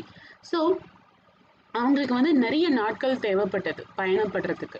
சரி போய் சேர்ந்தாச்சு ஒரு வழியா 1 வாரம் 10 நாள் டிராவல் பண்ணி வந்து சேர்ந்துட்டோம்னா, திருப்பி அவங்க வேலைய முடிச்சுட்டு மறுபடியும் அவங்க சொந்த ஊருக்கு வரதுக்கு இன்னொரு ஒரு 1 வாரம் 10 நாள் ஆகும். இதுக்கு பயந்துகிட்டே இல்ல இதுக்கு கஷ்டப்பட்டுக்கிட்டே மக்கள் என்ன பண்ண ஆரம்பிச்சாங்க, ஒ ஒண்ணு ரொம்ப நாள் அதாவது போனா ஒரு 6 மாசம் 7 மாசமும் அந்த இடத்துல தங்க ஆரம்பிச்சாங்க. இல்ல சில பேர் வந்து அப்படியே எங்க வேலை இருக்கோ அங்க போயிட்டு அங்கேயே கொஞ்ச நாள் தங்கி அங்கேயே லைஃப்ப செட்டில் பண்ணிப்பாங்க. திருப்பி இன்னொரு ஊருக்கு பயணப்படும்போது அங்க போய் அங்கேயே செட்டில் ஆயிடுவாங்க. திருப்பி அவங்க பழைய இடத்துக்கு வரவே மாட்டாங்க. ஸோ அவங்களோட இடம் மாறிக்கிட்டே இருந்தது. இது எதற்காக அப்படின்னாக்கா, திருப்பி வர்றதுக்கு அவங்களுக்கு எடுக்கக்கூடிய நாட்கள் ரொம்ப அதிகமா இருக்கு அப்படிங்கிறதுக்காக. அப்ப டிரான்ஸ்போர்ட் இல்லாததுனால, இப்படியே மூவிங்லயே ஒரு மூவ்மெண்ட்லயே இருந்தாங்க. ஒரு ஒரு இடமா அவங்களோட இடத்த மாத்திக்கிட்டே இருந்தாங்க. சில பேர் வேலைக்காக சில பேர் போனாங்க. சில பேர் வந்துட்டு அவங்க இருந்த இடத்துல வந்து பஞ்சம், அதாவது பஞ்சம்னா என்ன? சாப்பாட்டுக்கே வழி இல்லாம, தண்ணி கஷ்டத்தினால பயிர்கள் அக்ரிகல்ச்சர் இல்லாம, விவசாயம் இல்லாம சாப்பாட்டுக்கு கஷ்டப்பட்டாங்க. ஃபெமைன் டிராஃப்ட் அப்படிங்கும்போது பஞ்சம். அவங்களுக்கு வந்து சாப்பாட்டுக்கே வழி இல்லாம ரொம்ப கஷ்டப்பட்டாங்க. மழை பெய்யாம, நிலத்துல தண்ணி இல்லாம பயிர்கள்லாம் வாடி போயிடுச்சு. ஸோ அவங்களுக்கு வந்து சாப்பாட்டுக்கு எதுவும் பிளான்ட் சோர்ஸ் ஆஃப் ஃபுட் இருக்கு இல்லையா? ஃபுட் வந்து பிளான்ட்லேருந்து கிடைக்கக்கூடிய சோர்ஸ் ஃபுட் இருக்கு இல்லையா? அது எதுவும் கிடைக்காம வேற வழி இல்லாம வேற எந்த ஊர்ல கிடைக்குதோ அந்த ஊரை தேடி போனாங்க. சில பேர் பார்த்தீங்கன்னா வேலைக்காக இப்பவும் நம்ம செய்றோம் இல்லையா? இப்பவும் நம்மளோட அம்மா, அப்பாவோ இல்ல நம்மளோட சொந்தக்காரங்க நெறைய பேர் ஒரு சொந்த ஊர் ஒண்ணா இருக்கும். ஆனா வேலைக்காக வேற ஒரு ஊர்ல போய் வேற வேலை பார்த்துட்டு இருப்பாங்க. சில பேர் பார்த்தீங்கன்னா அந்த காலத்துல ஈவன் அவங்க இருக்கிற இடத்துல ஏதாவது ஒரு எதிரி நாட்டு மன்னரோ இல்ல யாராவது ஒருத்தரோ அவங்க மேல வார்க்காக அதாவது போர் தொடுக்கும்போது அந்த போருக்கு பயந்துகிட்டு சில பேர் அவங்க ஊரை விட்டு போனாங்க. ஸோ, இப்ப இவங்க வந்து இங்கேருந்து ஒரு இடத்துலேருந்து இன்னொரு இடத்துக்கு போயிடுறாங்க. அதோட முடிஞ்சிருச்சுன்னா இல்ல. அங்க போனதுக்கப்புறம் என்ன ஆக ஆரம்பிச்சதுன்னா, அங்க உள்ள வாழ்க்கை முறை நான் ஆரம்பத்திலேயே சொன்ன மாரி ஒரு ஒரு இடங்கள்லயும் அதோட வாழ்க்கை முறை மாறிக்கிட்டே இருக்கும். இப்ப நீங்க எக்ஸாம்பிளுக்கு இப்ப தமிழ்நாட்ட பொறுத்தவரைக்கும் நம்மளோட சாப்பாடு வகைகள்னு பார்த்தீங்கன்னா, இட்லி, தோசை, அரிசிய பேஸ் பண்ணி நம்ம நெறைய உணவு வகைகள் சாப்பிடுவோம். இது நம்மளோட பழக்கம். இதுவே நீங்க பாம்பே சைட்லாம் போனீங்கன்னா, அவங்க வந்து சப்பாத்தி, தால் அந்த மாதிரியான நார்த் இந்தியன் ஃபுட்ஸ் நெறைய சாப்பிடுவாங்க. ஸோ, இப்ப நீங்க அங்க போய் செட்டில் ஆகும்போது, கொஞ்சம் கொஞ்சமா நீங்களும் அந்த மாதிரியான சாப்பாடு நெறையா சாப்பிட ஆரம்பிப்பீங்க. என்னதான் நீங்க அரிசி வகைகள் சாப்பிட்டாலும், கொஞ்சம் கொஞ்சமா அங்க அதுதான் அதிகம் கிடைக்கும் அப்படிங்கும்போது, அத சாப்பிட ஆரம்பிப்பீங்க. அண்ட் உங்க ட்ரெஸ்ஸிங் கூட மாறலாம். இங்க புடவை, வேஷ்டி அந்த மாதிரி போட்டுட்டு இருந்தீங்கன்னா, அங்க போய் கொஞ்சம் அதுக்கேத்த ட்ரெஸ்ஸிங் ஸ்டைல மாத்திப்பீங்க. ஏன்னா, அங்க உள்ள கிளைமேட் ஒரு மாதிரி இருக்கும். அது நெறைய ஃபேக்டர்ஸ் இருக்கு இல்லையா? ஸோ, இதே மாதிரி இந்த மக்களும் இந்த மாரி இங்கேருந்து போக ஆரம்பிச்சதுக்கு அப்புறமா, சில விஷயங்கள் அந்த ஊருக்கு ஏத்த மாதிரி அவங்கள மாத்திக்க ஆரம்பிச்சாங்க. அதுக்காக நம்ம ஒரேடியா மாறிட மாட்டோம். இப்ப நம்ம தமிழ்நாட்டிலேருந்து பாம்பே போய் செட்டில் ஆகிறோம்னா அதுக்காக அரிசியே சாப்பிட மாட்டேன், நான் சாதமே சாப்பிட மாட்டேன்னு யாரும் சொல்ல மாட்டாங்க இல்லையா? சப்பாத்தியும் சாப்பிடுவாங்க, சாதமும் எனக்கு வேணும்னு சொல்லுவாங்க இல்லையா? அது மாதிரி இந்த மக்கள் வந்து எல்லாத்தையும் ஒரேடியா மாத்திக்கல, சில விஷயங்களை மாத்திக்கிட்டாங்க, சில விஷயங்களை அவங்களோட ஓல்டு வேஸ் பழையபடியே மேனேஜ் பண்ண ஆரம்பிச்சாங்க. ஸோ என்ன ஆச்சு, அவங்களோட உணவு பழக்கமா இருக்கட்டும், அவங்களோட பாஷை பேசுற லாங்குவேஜா இருக்கட்டும், அவங்க ஈவன் கேட்குற மியூசிக்கா இருக்கட்டும், அவங்க மதங்கள் ரிலீஜனா இருக்கட்டும், இது எல்லாமே ஒரு மாதிரி மிக்ஸ் ஆச்சு. அதாவது அவங்களோட ஓல்டு இதுவும் நியூவும் சேர்ந்து பழைய பழைய இடத்துல ஃபாலோ பண்ண அந்த ஓல்டு இதுவா இருக்கட்டும், இல்ல இப்ப புதுசா செட்டில் ஆயிருக்கிற இடத்துல இருக்கிறதா இருக்கட்டும், இது ரெண்டும் சேர்ந்து ஒரு மிக்ஸ் ஆச்சு. ஸோ இங்க தான் இந்த இன்டர் மிக்சிங் ஆஃப் கல்ச்சர் அப்படிங்கிறாங்க. அதாவது 2 இடங்கள்ல வேற வேற மாதிரியான இரு விஷயங்கள் ஒண்ணா சேர்ந்து ஒரு ஹைபிரிடா ஒரு மிக்ஸான கல்ச்சரா உருவாக ஆரம்பிச்சது. ஸோ நீங்க எல்லா இங்க நம்ம இப்ப இந்திய நாட்டுல இருக்கிற ஒரு பிளேசஸ், ஒரு ஸ்டேட்டா இருக்கட்டும், ஒரு இடங்களா இருக்கட்டும், எடுத்து பார்த்தீங்க, அதோட ஹிஸ்டரி, அதோட வரலாறு பழச எடுத்து பார்த்தீங்கன்னா, அங்க எல்லாமே பார்த்தீங்கன்னா, நெறைய கல்ச்சுரல் டிஃபரன்சஸ் இருக்கும். அண்ட் நம்ம வாழ்க்கை இப்ப எவ்வளவோ அழகா இருக்கு. எல்லாரும் ஒண்ணா சேர்ந்து இருக்கோம். இது எல்லாத்துக்குமே அந்த கல்ச்சுரல் டிஃபரன்சஸும் ஒரு காரணமா இருந்திருக்கு. அது நம்ம லைஃப்ல அழகா நம்ம அத எடுத்துட்டு வந்திருக்கோம் அப்படிங்கிறது தான் உண்மை. ஸோ இந்த மாதிரியான ஹிஸ்டரிஸ் நீங்க பின்னாடி உங்க முன்னாடி இருந்தாங்க இல்லையா? உங்க முன்னோர்கள். அவங்க வாழ்க்கையில கேள்விப்பட்ட கேட்டு பார்த்தீங்கன்னா தெரியும். என்ன மாதிரியான வித்தியாசங்கள் இருந்தது. அது அவங்களுக்கு எப்படி ஹெல்ப் பண்ணுச்சு. வித்தியாசம் இருக்குன்னு சொல்லும்போது அது ஒரு நெகட்டிவா பார்க்கக்கூடாது. அந்த வித்தியாசம் உண்மையா சொல்லப்போனா, நம்ம வாழ்க்கைய நம்ம ரொம்ப அழகா மாத்துறதுக்கு தான் நம்மள ஹெல்ப் பண்ணியிருக்கு. நம்ம ஃப்ரெண்ட்ஸுக்கும் நமக்கும் இவ்ளோ வித்தியாசம் இருந்தும் நமக்குள்ள ஒரு நல்ல ஃப்ரெண்ட்ஷிப் இருக்கு அப்படிங்கிறது எவ்வளோ ஒரு அழகான விஷயம் இல்லையா? 2 பேர் ஒரே மாதிரி இருக்க 2 பேர் ஃப்ரெண்ட்ஸா இருக்கிறதுங்கிறது ரொம்ப சாதாரண ஒரு விஷயம். எனக்கு பிடிச்சது தான் அவனுக்கு பிடிக்கும், எனக்கு பிடிக்காதது அவனுக்கும் பிடிக்காதுன்னா, அங்க ஒரு பெரிய விஷயமே கிடையாது. என்ன சேலஞ்ச் இருக்கு இல்லையா? ஆனா உங்களுக்கு பிடிச்ச ஒரு ஃபுட் அவனுக்கு பிடிக்காது. ஆனா அவனும் நீங்களும் இன்னும் ஃப்ரெண்டா இருக்கீங்க அப்படின்னா, அது ஒரு உண்மையாவே ஒரு நல்ல சேலஞ்சிங்கான ஒரு விஷயம். ஒரு 2 ஆப்போசிட் இதுல இருக்கிறவங்க இன்னும் ஒரு நல்ல ரிலேஷன்ஷிப்ல இருக்காங்க, ஃப்ரெண்ட்ஸா இருக்காங்கன்னா, அதுதான் உண்மையான சேலஞ்ச், அதுதான் உண்மையான அன்பு இல்லையா? ஸோ அதே மாதிரி தான் இத்தனை வகையான கல்ச்சரல் டிஃபரன்ஸ் இருந்தும் அவங்க லைஃப்பை ரொம்ப அழகா மாத்திருச்சு இந்த டிஃபரன்சஸ் எல்லாமே. ஸோ அடுத்தது நம்ம வந்து இப்போ உணவு பழக்கங்கள் பார்த்தோம், இவங்க போய் தங்குறாங்க, இதனால டிஃபரன்சஸ் கல்ச்சரல் டிஃபரன்ஸ் வந்தது, இதெல்லாம் ஓகே. இதை தாண்டி ஒரு டிஃபரன்ஸ் எங்கேருந்து வந்தது அப்படின்னா ஜாகிரபிக்கல் ஏரியா. அதாவது நீங்க இருக்கிற இடத்தோட தன்மை. நீங்க எந்த ஒரு மாதிரியான ஒரு இடத்துல, இடம்னா என்ன சொல்றது, மலை பிரதேசங்கள்ல இருக்கீங்களா, இல்ல ஒரு மீனவர்கள்லாம் இருப்பாங்க இல்லையா, சீக்கு பக்கத்துலயே அது மாதிரியான இடத்துல இருக்கீங்களா, இல்ல ரொம்ப ட்ரையான லேண்ட்ல இருக்கீங்களா, இதை பொறுத்து கூட வந்து உங்களுடைய பழக்க வழக்கங்கள் வந்து மாறும். ஒரு மவுண்டைன் ஏரியா, ஹில் ஏரியால இருக்கிறவங்க சாப்பிட்றதா இருக்கட்டும், அவங்க போட்டுக்கிற ட்ரெஸ்ஸா இருக்கட்டும், அங்க குளிர் அதிகமா இருக்கும். ஸோ அவங்க உள்ளன் ட்ரெஸ் போட்டுப்பாங்க. அங்க கிடைக்கிற சாப்பாட்டு வகைகள் என்ன, பால் சேர்ந்த ப்ராடக்ட்ஸும் நிறையா. ஏன்னா மலை பிரதேசங்கள்ல நிறைய பார்த்தீங்கன்னா மில்க் ப்ராடக்ட்ஸ் தான் நிறையா கிடைக்கும். ஏன்னா அங்க வந்து ஷீப் இருக்கும், என்ன கேட்டில்ஸ் இருக்கும். ஸோ அங்க வந்து மில்க் ப்ராடக்ட்ஸ் நிறைய கிடைக்கும், டெய்ரி ப்ராடக்ட்ஸ். அவங்களோட உணவு வகைகள் அந்த மாதிரி இருக்கும். இதுவே நீங்க லேண்ட்ல இருக்கிறவங்க பார்த்தீங்கன்னா, அவங்களோட உணவு பார்த்தீங்கன்னா நிறைய வேற மாதிரி இருக்கும். சைட்ல இருக்கிறவங்க மெயினா ஃபிஷ்ஷோ இல்ல ஃபுட்ஸ், சீல கிடைக்கிற ஃபுட்ஸ் தான் அவங்க மெயினா சாப்பிடுவாங்க. ஸோ இந்த மாதிரி அவங்களோட உணவு வகைகளும் சரி, உடுத்துற ட்ரெஸ் உடைகளும் சரி மாறும். ஸோ ஜாகிரபிக்கல் ஏரியாவை பொறுத்தும் நிறைய டிஃபரன்சஸ் இருக்கு அப்படின்னு சொல்லி சொல்றாங்க. ஸோ மக்களுக்கு வந்து ட்ரெஸ் மட்டும் இல்லை, உணவு பழக்கம் மட்டும் இல்லை, ஈவன் அவங்க செய்கிற வேலைகளும் நிறைய வித்தியாசமாக இருக்குது. அது அவங்க வாழற அந்த இடத்த பொறுத்து இருக்கு. இப்போ நான் ஏரியாவில் இருந்துக்கிட்டு நான் என்ன வேலை செய்ய முடியும்? நிச்சயமாக கடல் சார்ந்த ஒரு தொழிலை தான் செய்ய முடியும். ஹில் ஏரியாவில் இருந்து அங்கே அங்கே உள்ள என்ன தொழிலோ நான் அதை செய்ய முடியும். அந்த மாதிரி நம்ம இருக்கிற இடத்தை பொறுத்தும், நம்மளோட ஃபிசிக்கல் சரௌண்டிங், நம்ம இருக்கிற இடத்தை பொறுத்தும் நம்மளோட வந்து வாழ்க்கை முறையை நம்ம அமைச்சுக்கிறோம். இப்போ இன்னும் கிளியரா ஒரு எக்ஸாம்பிள் சொல்லணும்னா, சிட்டில இருக்கிறவங்க எவ்வளோ ஆசைப்படலாம். பட் எவ்வளோ ஆசைப்பட்டாலும் விவசாயம்னு ஒரு விஷயத்த நம்மளால முழு மூச்சா பண்ண முடியாது. அக்ரிகல்ச்சர் பண்றதுக்கு ஒரு பெரிய லேண்ட் வேணும், மேன் பவர் வேணும், ரிசோர்ஸ் வேணும், நிறைய விஷயங்கள் இருக்கு இல்லையா? நல்ல தண்ணி வேணும். ஆனா சிட்டில இதெல்லாம் ரொம்ப கஷ்டம், ரொம்ப கம்மியா தான் கிடைக்கும். ஆனா இதுவே கிராமப்புறங்கள்ல போகும்போது, வில்லேஜ் சைட்ல இந்த மாதிரி நிறைய ஏரியாஸ் இருக்கும், நிறைய கிரவுண்டு கிடைக்கும், லேண்டு கிடைக்கும். ஸோ அங்க நம்மளால விவசாயம் பண்ண முடியும். ஸோ நம்ம ஆசைப்படுறது வேற, ரியாலிட்டி வேற. ஸோ நம்ம இருக்கிற இடத்த பொறுத்தும் நமக்குள்ள நிறைய வித்தியாசங்கள், நம்ம செய்யற வேலைகள்ல நிறைய வித்தியாசங்கள் வருது. ஓகேவா? ஸோ இப்போ நம்ம வந்து ஜாகிரபிக்கல் ஏரியான்னு சொல்லிட்டோம். ஜாகிரபிக்கல் ஏரியாவை பொறுத்து வித்தியாசங்கள் வருதுன்னு சொல்லிட்டோம். இது வெறுமை சொல்றதுக்கு பதிலா ஒரு 2 இடங்கள கம்பேர் பண்ணி சொன்னா, ஒரு 2 பிளேஸஸ் நம்ம இந்தியால இருக்கிற 2 இடங்கள பத்தி நம்ம பார்க்கலாம். அத வச்சு அவங்களோட வாழ்க்கை முறை எப்படி வேறுபடுது? அவங்க இருக்கிற இடத்தினால அவங்களோட வாழ்க்கை முறையே எந்த மாதிரி மாறுது? அப்படின்னு சொல்லி நம்ம பார்க்க போறோம். அந்த உதாரணத்துக்கு நம்ம எடுத்திருக்கிற 2 ஊர் என்னன்னு பார்த்தீங்கன்னா, கேரளாவும், லடாக். கேரளா எல்லாருக்கும் தெரிஞ்சிருக்கும். நம்மளுடைய நெய்பரிங் ஸ்டேட் அது. மலையாள மக்கள் இருக்கிற இடம். ஸோ லடாக் எங்க இருக்கு அப்படின்னு பார்த்தீங்கன்னா, ஜம்மு அண்ட் காஷ்மீர். இந்தியா மேப்ல மேல டாப்ல பார்த்தீங்கன்னா, ஜம்மு அண்ட் காஷ்மீர் இருக்கும். ஸோ லடாக் வந்து ஒரு பாலைவனம். ஆக்சுவலா சொல்லப்போனா அது ஒரு desert area. So Jammu and காஷ்மீர்ல இருக்கிற ஒரு டெசர்ட் ஏரியா. இங்க அக்ரிகல்ச்சர், அதாவது விவசாயம்ங்கிறது ரொம்பவே கம்மியான அளவுல தான் செய்ய முடியும். ஏன் அப்படின்னு பார்த்தீங்கன்னா, இந்த ரீஜியனுக்கு கிடைக்கக்கூடிய மழையின் அளவு ரொம்ப ரொம்ப ரொம்ப கம்மியா இருக்கும். அண்ட் அது வந்து ஸ்னோவால, அதாவது பனியால கவரப்பட்டிருக்கும். வாழ்க்கை ஒரு அவங்களோட ஒரு வருஷத்துல ஒரு முக்காவாசி 12 மாசம் இருக்குன்னா, அதுல ஒரு 7, 8 மாசம் பார்த்தீங்கன்னா, உங்களுக்கு மேக்ஸிமம் ஸ்னோ பீரியடா தான் இருக்கும். ஒரு 3, 4 மாசம் தான் உங்களுக்கு நார்மலா இருக்கும். ஸோ செடி கொடிகள் நிச்சயமா ஸ்னோல வளராது. அது உங்களுக்கே தெரியும்.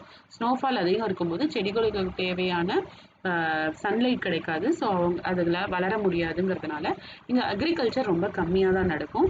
அதே மாதிரி அதே காரணத்தினால ட்ரீஸும் பார்த்தீங்கன்னா ரொம்ப கம்மியாக தான் இருக்கும்.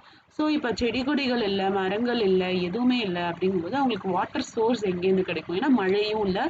ஸோ வாட்டர் சோர்ஸ் எது? குடிக்கிறதுக்கு அவங்க என்ன பண்ணுவாங்க அப்படின்னு பார்த்தீங்கன்னா, இந்த ஸ்னோ எல்லாம் சேருது இல்லையா? 6 மாசம் 7 மாசம் வர ஸ்னோ எல்லாம் சேருது இல்லையா? அது எல்லாம் அப்ப வர சம்மர் சீசன்ல மெல்ட் ஆக ஆரம்பிக்கும். அப்படி மெல்ட் ஆகுற தண்ணி தான் போய் அவங்களுக்கு லேக்லயோ இல்ல பாண்ட்ஸ்லயோ ஸ்டோரேஜ், என்ன கைண்ட் ஆஃப் ஸ்டோரேஜ் சிஸ்டம் வச்சிருக்காங்களோ வாட்டர் ஸ்டோரேஜ், அங்க போய் அவங்களுக்கு சேவ் ஆகும். அதை அவங்க வந்து எடுத்து ட்ரிங்கிங் வாட்டரா யூஸ் பண்ணிக்கிறாங்க. இதுதான் வந்து அவங்களோட வாழ்க்கை முறை. தண்ணியை பொறுத்த வரைக்கும் என்ன பண்ணுவாங்க அப்படின்னு. அதுக்கப்புறம் சரி, அவங்களோட வேலை என்ன அப்படின்னு பார்த்தீங்கன்னாக்கா, அது ஒரு டெசர்ட் ஏரியா, ஒரு ஸ்னோ அதிகம் உள்ள ஏரியாங்கும் போது அவங்களால அங்க என்ன பண்ண முடியும்? அங்க பெருசா ஃபேக்ட்ரிஸ் எல்லாம் கிடையாது. பெரிய எதுவும் கிடையாது. வேலைக்கான வாய்ப்பு இல்ல. ஸோ அங்க இருக்கிற மக்கள் எல்லாமே நம்பி இருக்கிறது பார்த்தீங்கன்னா, ஷீப் அண்ட் கோட்ஸ். அந்த கிளைமேட்டுக்கு ஒத்து வர அனிமல் 2 எதுன்னு பார்த்தீங்கன்னா, ஷீப்பும் கோட்ஸும் தான்.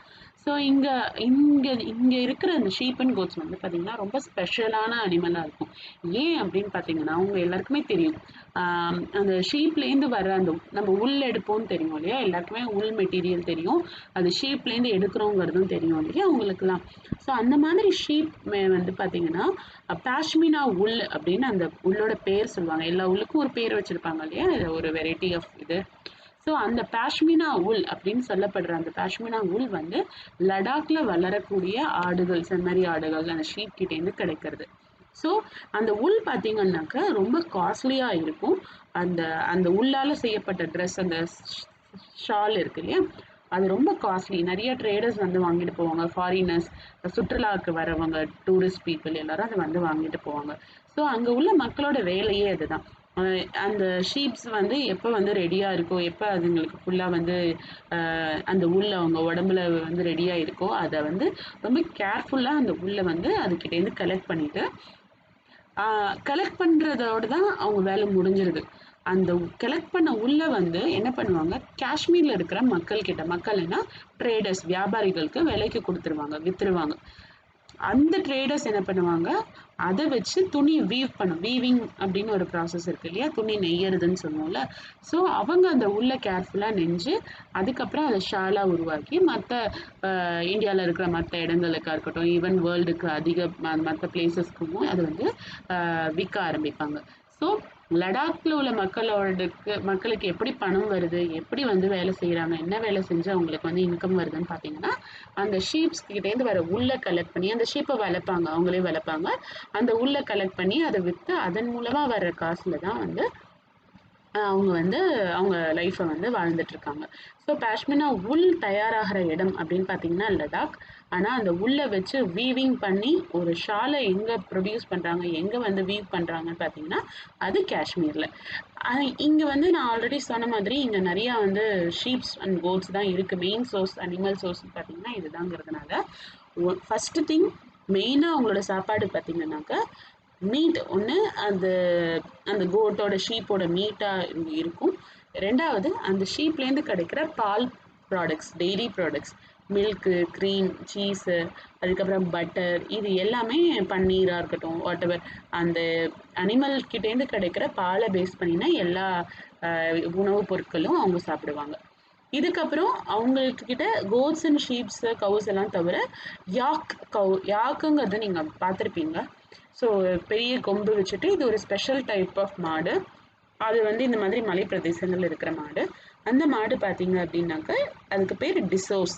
ஓகே, டிஇசட்ஓ அப்படிங்கிறது அதோட பேர் டிசோ. இந்த மாதிரியான கவுஸையும் வளர்ப்பாங்க. ஓகேவா? ஸோ நம்ம வந்துட்டு டெசர்ட்னு சொல்லிட்டோம் லடாக்கை. அப்படின்னா டெசர்ட் ஏரியாவுக்கு யார் போவா பெருசா அப்படின்னு நினைச்சீங்கன்னா அது தப்பு. லடாக்கை பொறுத்த வரைக்கும் it attracts a large number of people. ஏன் இவ்வளோ பேர் அட்ராக்ட் பண்ணுது அப்படின்னா, ஃபர்ஸ்ட் ரீசன் ட்ரேடிங். ஏன்னா அவங்க கிட்ட அந்த பாஷ்மினா உல் இருக்கிறதுனால அதை வாங்குறதுக்காக நிறைய ட்ரேடர்ஸ் வந்துட்டு போவாங்க. செகண்ட் திங், அந்த லடாக் வழியா நிறைய பேர் வந்து திபெத்துன்னு சொல்லக்கூடிய ஒரு மலைப்பகுதி, அது இன்னொரு இடம். அது அந்த திபெத்துக்கு நிறைய பேர் வந்துட்டு கேரவன்ல லடாக் வழியா தான் போய் ஆகணும். ஓகேவா? ஸோ நிறைய பேர் போவாங்க. அப்படி அவங்க போகும்போது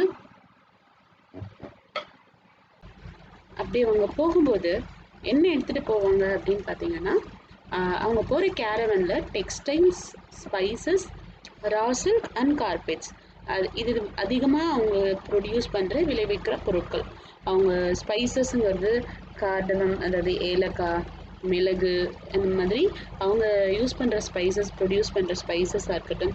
டெக்ஸ்டைல்னால் துணி வகைகள், அப்புறம் ரா சில்க்னா பட்டு, அதுக்கப்புறம் கார்பெட்ஸ், நம்ம கீழே போடுற கார்பெட்ஸ், இது எல்லாமே அந்த கேரவனில் எடுத்துகிட்டு போவாங்க ட்ரேடிங் பிஸ்னஸ்க்காக. இப்போ நமக்கு தெரிஞ்ச நிறைய ரிலீஜியன்ஸ் இருக்கு இல்லையா, அதில் ஒன்று வந்து புத்திசம். அதாவது புத்தரை ஃபாலோ பண்ணி, அவரோட இதை ஃபாலோ பண்ணி வந்த மக்கள் புத்திசம் அப்படின்னு சொல்லுவாங்க இல்லையா. அந்த புத்திசம் வந்து திபெத்தை ரீச் பண்ணது எப்படின்னு பார்த்தீங்கன்னா லடாக் வழியாக தான் இந்த புத்தர் இனத்தை சேர்ந்த மக்கள் எல்லாருமே அவங்க திபெத்தை போய், இன்னைக்கு திபெத்தில் நிறைய புத்திசம் பீப்புளை பார்க்கலாம். அவங்க ஃபாலோ பண்ணுற ரிலீஜியன் என்னன்னு பார்த்தீங்கன்னா புத்திசமாக தான் இருக்கும். அது எப்படி அவங்க அந்த மக்கள் வந்து அங்கேருந்து போனாங்க, அங்கே போய் எப்படி செட்டில் ஆனாங்க அப்படின்னு பார்த்தீங்கன்னா அவங்க லடாக் வழியாக தான் ட்ராவல் பண்ணாங்க. ஸோ இந்த ஒரு காரணத்துக்காகவே லடாக்கை வந்து லிட்டில் திபெத் அப்படின்னு சொல்லுவாங்க. ஏன்னா லடாக் வழியாக போய் சேர்ந்ததுனால லடாக்கை லிட்டில் திபெத் அப்படின்னு சொல்லுவாங்க. இஸ்லாம் மதம், அதாவது முஸ்லீம்ஸ் இருக்கிற இந்த இஸ்லாமிய மதம் பார்த்தீங்கன்னா ஒரு 400 வருடங்களுக்கு முன்னாடி வந்து இங்கே வந்து இன்ட்ரொடியூஸ் ஆச்சு திபெத்தில் தான். லடாக்குன்னு பார்த்தீங்கன்னாக்க நிறைய அவங்களுக்குன்னு ஒரு ட்ரெடிஷன் இருக்குது, அவங்களுக்குன்னு ஒரு போயம் இருக்கும், சாங்ஸ்.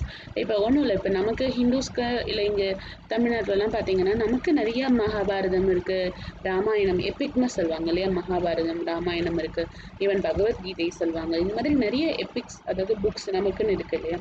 அது மாதிரி ஒரு ரீஜியனுக்கும் அவங்களுக்குன்னு ஒரு சொந்த எப்பிக் இருக்கும், புக்ஸ் இருக்கும். ஸோ இவங்களுக்கான திபெத்திய மக்களுக்கான எபிக் புக் எதுன்னு பார்த்தீங்கன்னா கேசர் சாகா அப்படின்னு சொல்லப்படுற அந்த புக்கு தான். ஸோ அங்கே திபெத்தில் வாழற முஸ்லீம்களாக இருக்கட்டும், புத்திஸ்டாக இருக்கட்டும், இதில் உள்ள பாடல்களை தான் பாடி ஒரு ஃபங்க்ஷன், ஒரு விழாவாக இருக்கட்டும், ஒரு கோயிலில் ஃபங்க்ஷனாக இருக்கட்டும், இந்த பாடல்களை பாடி தான் அவங்க வந்து செலிப்ரேட் பண்ணுவாங்க.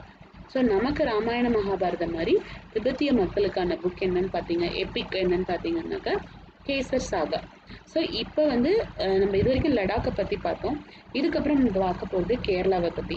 ஸோ கேரளா வந்து இந்தியாவோட ஒரு சவுத் வெஸ்ட் கார்னரில் இருக்குது, நம்மளோட நெய்பரிங் ஸ்டேட் அது.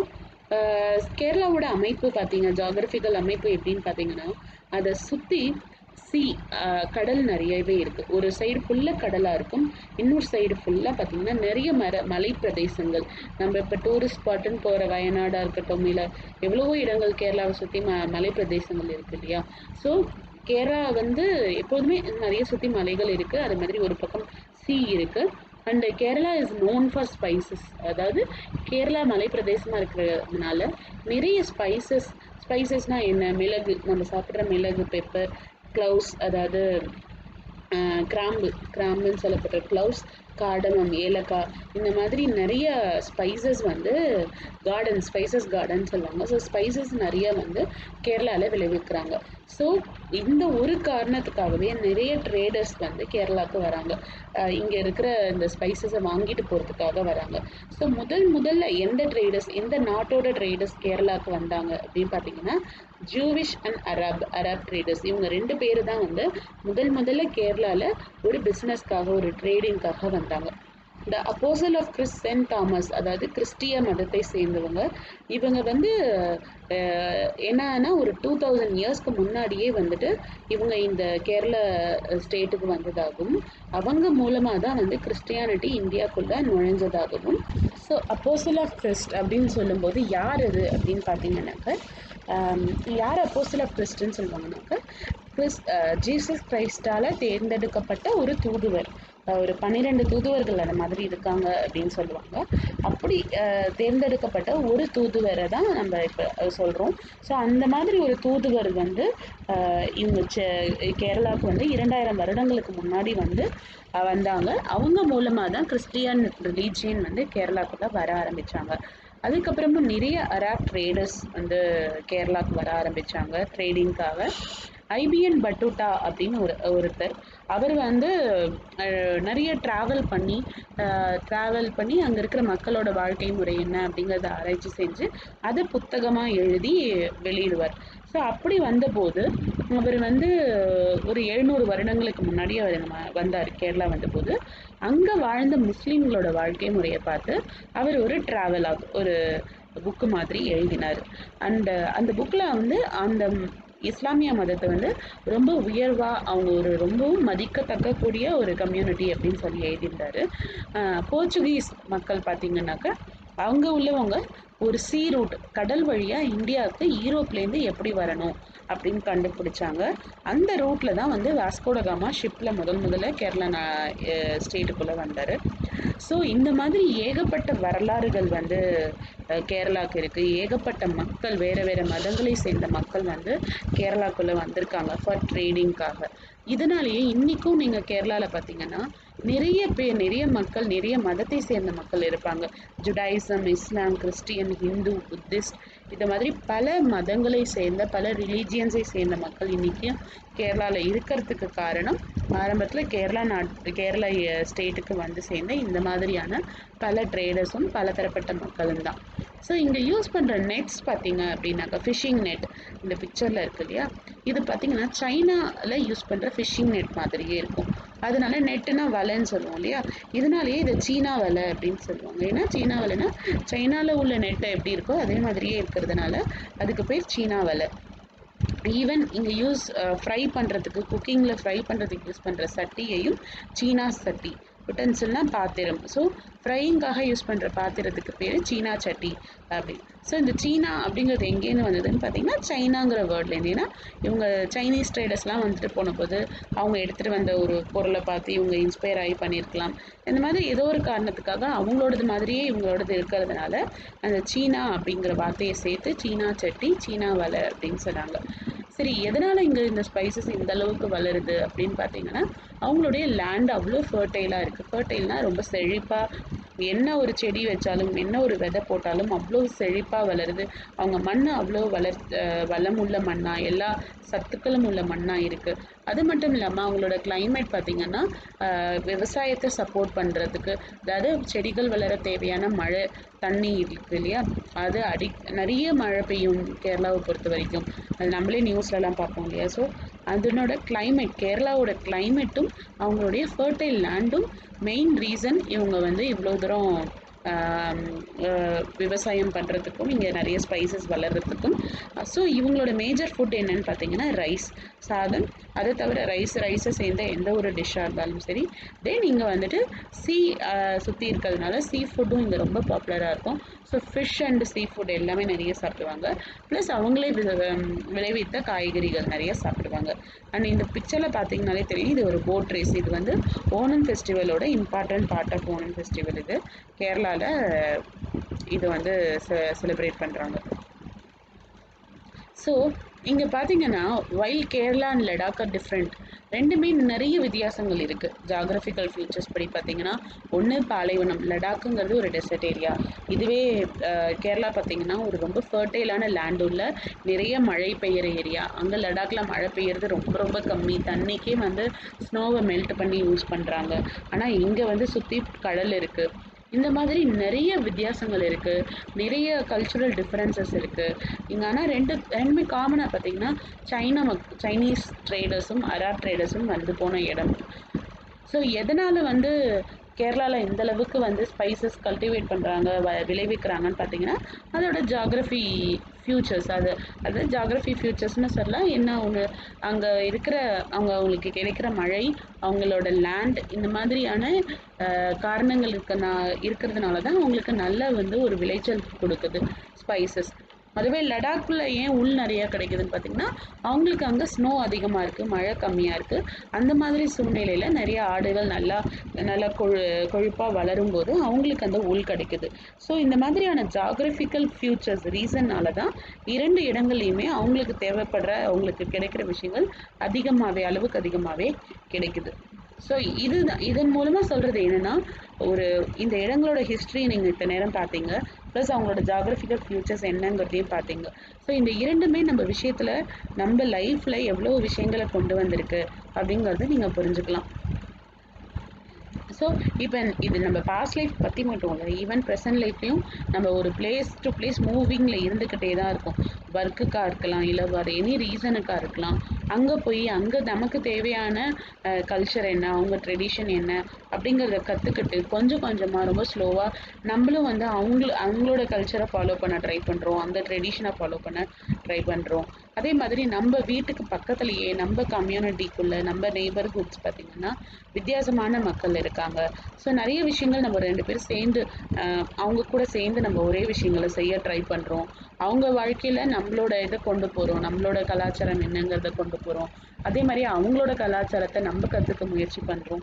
இதே மாதிரி எப்பொழுதுமே சில இந்த கல்ச்சுரல் டிஃப்ரென்சஸ்ங்கிறது நம்ம வாழ்க்கையோட சேர்ந்து இருக்கிற ஒரு விஷயம். ஸோ யுனைட்டி இன் டைவர்சிட்டி, அதாவது வேற்றுமையில் ஒற்றுமை அப்படிங்கிறது இது ரொம்ப வருஷமாக ரொம்ப பாப்புலராக சொல்லப்படுறது.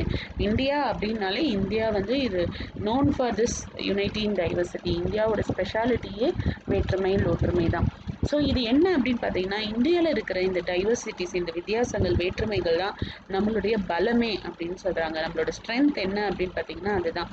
இந்த பிரிட்டிஷ் மக்கள் வந்து நம்மளை இந்தியாவை ரூல் பண்ணும்போது அவங்கள போராடி அத்தனை பேர் எதிர்த்து போராடி நம்ம நாட்டோட சுதந்திரத்துக்காக போராடினாங்க. அப்படி போராடும் போது யாருமே வந்து நீ இந்த மதத்தை சேர்ந்தவன், நீ இந்த கேஸ்ட்டை சேர்ந்தவங்க, நீ இந்த லாங்குவேஜ் பேசுகிறவங்க, நீ இந்த மாதிரியான ஒரு ஃபுட்டு, நீ இங்கேருந்து வர, இந்த மாதிரி எந்த ஒரு டிஃப்ரென்சஸையும் பார்க்கல.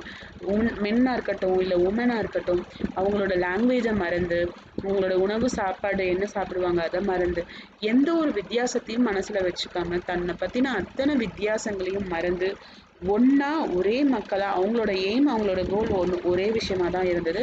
இந்தியாவை பிரிட்டிஷ் ஆட்சியிலேருந்து எப்படியாவது விடுவிச்சு தனக்கான சுதந்திரத்தை வாங்கிக்கணும் அப்படிங்கிறது தான். ஸோ அவங்களுக்குன்னு ஒரு போராட்டம் வந்தபோது அவங்களுக்கு நடுவில் இருந்த அத்தனை வித்தியாசங்களையும் மறந்துட்டு ஒன்றா வேலை செஞ்சாங்க, ஒன்றா சண்டை போட்டாங்க, பிரிட்டிஷ்க்கு ஆப்போசிட்டாக ஒன்றா போராட்டம் பண்ணாங்க. அதனால பல பேர் ஒன்றா ஜெயிலுக்கு போயிருக்காங்க, இறந்து போயிருக்காங்க. இது மாதிரி எவ்வளவோ நடந்த போதும் அவங்களோட ஒத்துமையை மட்டும் அவங்க கைவிடவே இல்லை. பிரிட்டிஷ் மக்கள் நினச்சாங்க, நம்மளை ஆண்ட பிரிட்டிஷ் என்ன நினச்சாங்க, இந்தியாவை வந்து பிரிக்கிறது ரொம்ப ஈஸி, இந்திய மக்களை வந்து ரொம்ப ஈஸியாக தோக்கடிச்சிடலாம், அவங்கள ரொம்ப ஈஸியாக பிரிச்சிடலாம். அப்படி அவங்க நினைக்க காரணம் என்ன அப்படின்னா, இந்தியாவில் இருந்த நிறைய வேற்றுமைகள் தான். என்ன சொல்லி பிரிக்கலாம்? நீ இந்த நாட்டு, நீ வந்து இந்த லாங்குவேஜ் பேசுகிறவன், நீ அவன் பாரு அவன் தமிழ் பேசுகிறவன், நீயும் அவனும் ஒன்றா சேரக்கூடாது, இந்த மாதிரி சொல்லலாம். இல்லை அவங்க ட்ரெஸ்ஸிங்கை வச்சு நீ இந்த மாதிரி ட்ரெஸ் பண்ணுற, அவன் அந்த மாதிரி ட்ரெஸ் பண்ணுறான், உங்கள் 2 பேரும் எப்படி ஒன்றா இருப்பீங்க, இந்த மாதிரி எவ்வளவோ விஷயங்கள் சொல்லி பிரிக்கலாம் அப்படின்னு நினச்சாங்க. இதுதான் அவங்க வந்து நம்ம இந்தியாவை தோற்கடிக்கிறதுக்கு வந்து தோற்கடிக்க முடியும்னு நினைக்கிறதுக்கு ஒரு பெரிய காரணமாக இருந்துச்சு. ஆனால் உண்மையை சொல்லப்போனால் அந்த மாதிரி இந்தியாவை தோற்கடிக்க அவங்களால முடியவே இல்லை. ஏன்னா இந்த எந்த ஒரு வித்தியாசமுமே இந்திய மக்களை வந்து கொஞ்சம் கூட பாதிக்கவே இல்லை. ஏன்னா அவங்களுக்கும் தெரியும் நம்மக்கிட்ட இவ்வளோ வித்தியாசங்கள் இருக்குன்னு. ஆனால் மனசளவில் அவங்க எல்லாருமே இந்தியர்களாக போராடினாங்களே தவிர வேறு எந்த ஒரு வித்தியாசங்களையும் அவங்களுக்குள்ள வச்சுக்கல.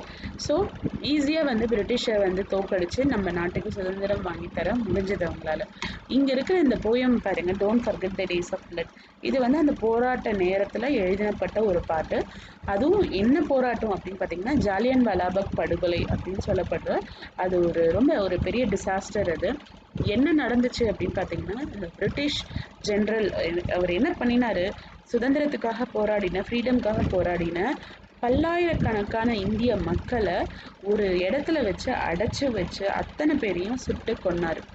அவங்க யாருமே எஸ்கேப் ஆக முடியாதபடிக்கு அவங்க அத்தனை பேரையும் ஒரு 4 செவுத்துக்குள்ள இருக்க வச்சு அவங்க எங்கேயும் தப்பிச்சு போக முடியாதபடி ஓட ஓட அதில் பெண்கள், குழந்தைகள், வயதானவர்கள், பெரியவர்கள் எவ்வளவோ பேர் இருந்த போதும் அவங்க அத்தனை பேரையும் அவ்வளோ ஒரு பெரிய லார்ஜ் குரூப் ஆஃப் பீப்புள் கையில் அவங்க கிட்ட எந்த ஆயுதமும் இல்லை. ஆனால் இவங்க அத்தனை பேரும் கையில் கன்னோட அவங்கள ஓட ஓட விரட்டி கொலை பண்ணாங்க. அந்த கூட்டத்தில் செத்து போன அத்தனை பேரில் எத்தனையோ ஹிந்துஸ் இருந்திருப்பாங்க, சிக் இருந்திருப்பாங்க, முஸ்லீம்ஸ் இருந்திருப்பாங்க, கிறிஸ்டியன் இருந்திருப்பாங்க, ரிச் பீப்புள், புவர் பீப்புள், மென், உமன், கிட்ஸ், எவ்வளவோ பேர் எத்தனையோ வித்தியாசமாக வேறு வேறு லாங்குவேஜ் பேசுகிறவங்க இருந்திருப்பாங்க, மலையாளி இருந்திருப்பாங்க, தமிழ் பீப்புள் இருந்திருப்பாங்க, கன்னடா பீப்புள், எவ்வளோ பேர் இருந்தும் அவங்களோட போராட்டம் எல்லாம் ஒரே விஷயமா தான் இருந்தது. அவங்களோட எண்ணமும் ஒரே விஷயமா தான் இருந்தது. ஆனால் இத்தனை பேரையும் எந்த வித்தியாசமும் பார்க்காம சுட்டு கொன்னாங்க அந்த பிரிட்டிஷ் ஜெனரல். இது நடந்த இடம் ஜாலியன் வாலாபாக் அப்படிங்கிற இடம். இது இருக்கிற இடம் அந்த அந்த இடம் இருக்கிற ஊர் பார்த்தீங்கன்னா அம்ரித்சர் அப்படிங்கிற இடத்துல தான் இது இருக்கு. ஸோ அவங்க ஞாபகமாக எழுதப்பட்ட பாட்டு தான் இந்த don't forget the days of blood. நீங்கள் இந்த பிக்சரில் கூட பார்க்கலாம். இது வந்து நேரு வந்து இண்டிபெண்டன்ஸ் டே ஸ்பீச் அப்போ பண்டிட் ஜவஹர்லால் நேரு வந்து கொடுத்த ஒரு ஸ்பீச் இது. ஓகேவா? ஸோ நிறைய சாங்ஸ், நிறைய பாடல்கள் எழுதப்பட்டது, நிறைய சிம்பிள்ஸை வந்து டிசைன் பண்ணாங்க. எதுக்காக இதெல்லாம் பண்ணாங்க அப்படின்னா, நம்ம நாட்டோட ஒற்றுமை, இந்த வேற்றுமையில் ஒற்றுமைங்கிறது வந்து ப்ரூவ் பண்ணணுங்கிறதுக்காக நிறைய பாடல்கள் எழுதப்பட்டது. நிறைய என்ன சொல்கிறது, நிறைய சிம்பிள்ஸை வந்து க்ரியேட் பண்ணாங்க, டிசைன் பண்ணாங்க. ஈவன் நம்ம ஃப்ளாக் இருக்குது இல்லையா, நம்ம இந்தியன் ஃப்ளாகு கூட என்னென்னா it was used as a simple. நம்ம நாட்டோட ஒற்றுமையை வந்து காமிக்கிறதுக்கு, பிரிட்டிஷ்க்கு காமிக்கணும் அப்படிங்கிறதுக்காக டிசைன் பண்ணப்பட்டது தான் நம்ம இந்தியன் ஃப்ளாக். ஓகேவா? ஸோ பண்டிட் ஜவஹர்லால் நேரு உங்களுக்கே தெரியும், பிரைம் மினிஸ்டராக இருந்தவர். அவர் ஒரு புக் எழுதினார், த டிஸ்கவரி ஆஃப் இந்தியா அப்படின்னு. அந்த புக்கில் கூட என்ன சொல்லியிருக்காருன்னா, இந்திய நாட்டை பற்றி அவ்வளோ பெருமையாக சொல்லும்போது, இந்தியாவோட யுனைட்டி, அதாவது இந்திய மக்களோட ஒற்றுமைங்கிறது வந்து வெளியிலேருந்து யாரும் சொல்லி கொடுத்து வர்ற ஒரு விஷயமே கிடையாது. இந்திய மக்களுக்கு தானாகவே அவங்களுக்குள்ளாகவே வந்து இந்த ஒரு ஒற்றுமைங்கிறது இருக்குது. இது எங்கேயோ ஒரு ஆழமாக அவங்க மனசுக்குள்ளே பதிஞ்சிருக்கு. இதை ஒருத்தர் வந்து வெளியிலேருந்து வந்து சொல்லி கொடுக்கவும் முடியாது.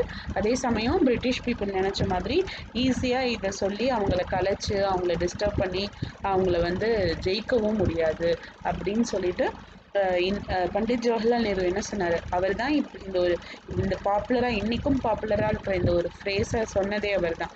யுனைட்டி இன் டைவர்சிட்டி அப்படின்னா வேற்றுமையிலும் ஒற்றுமை. எவ்வளோ வித்தியாசங்கள் இருந்தாலும் இந்திய மக்களுக்குள்ள இருக்கிற ஒற்றுமையை அசைச்சு கூட பார்க்க முடியாது அப்படிங்கிறத அவர் நம்பினார், சொன்னார்.